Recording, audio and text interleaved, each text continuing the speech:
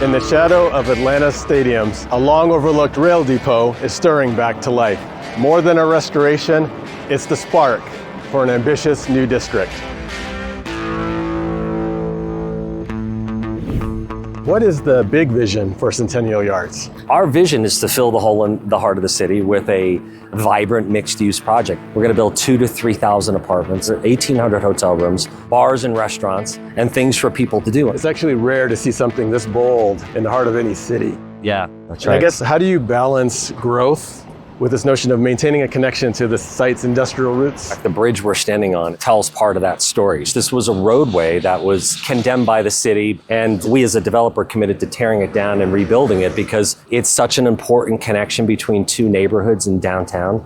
The buildings right over my shoulder here were adaptive reuse buildings, built in 1905. And it would have been cheaper for us to tear them down and rebuild them, but we renovated them, and this building here will be a boutique hotel.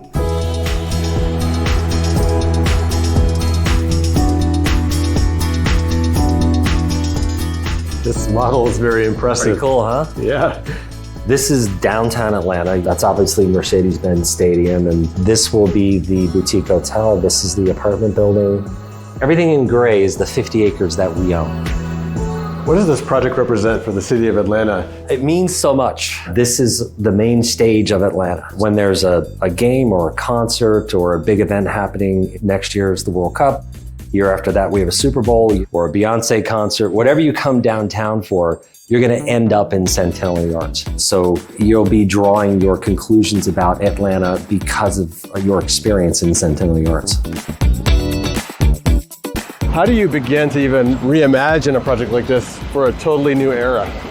Well, the shell of the building was needing repair, but the bones were good. We're converting office to residential, which is pretty trendy now.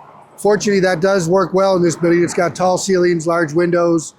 The design vision was more than that, and so we brought in the idea of adding retail, food and beverage down below. It's already got a brewery here, and there's more to come. It will become a great place for people to gather.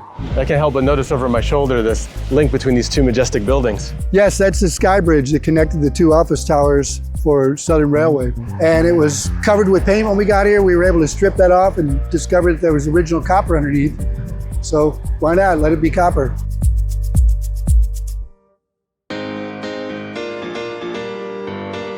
This is the original entry. The canopy was restored. Southern Railway's headquarters.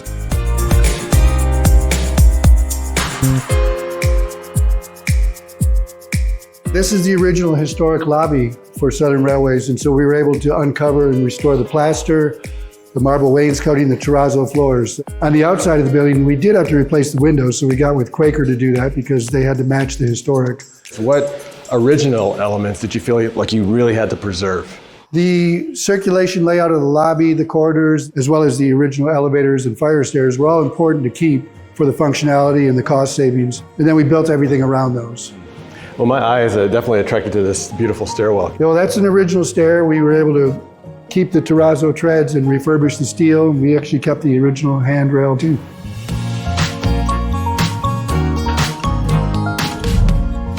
Whoa, so these were Southern Railway offices before? They had all their offices on the upper floors. We gutted the building out and fit in 162 apartments, mix of 1 bedrooms, 2 bedrooms, and some studios. The great thing is we were able to capture the height of the space. Concrete floors were sealed. And then these wonderful large windows, which just bring in all kinds of daylight and make it a great place to live. This sunken canyon used to be an old loading zone.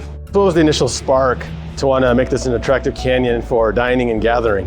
Well, when we were working to widen the sidewalk up above, we had to add structure. We worked with stability engineering on that. We spent a lot of time down here, and we realized that it was a great respite from the city noise, and it was a shady spot that could really be a great place to gather. Over time, it will get filled out with more food and beverage, more retail. It's just going to become a great place before and after sporting events or music events to start out or end up. And as we see, we were above by the traffic, and now we're down here in a nice quiet spot. What's been built so far is just the beginning. Centennial Yards is more than a makeover. It's a whole new chapter for this part of Atlanta, one that looks forward without forgetting where it started.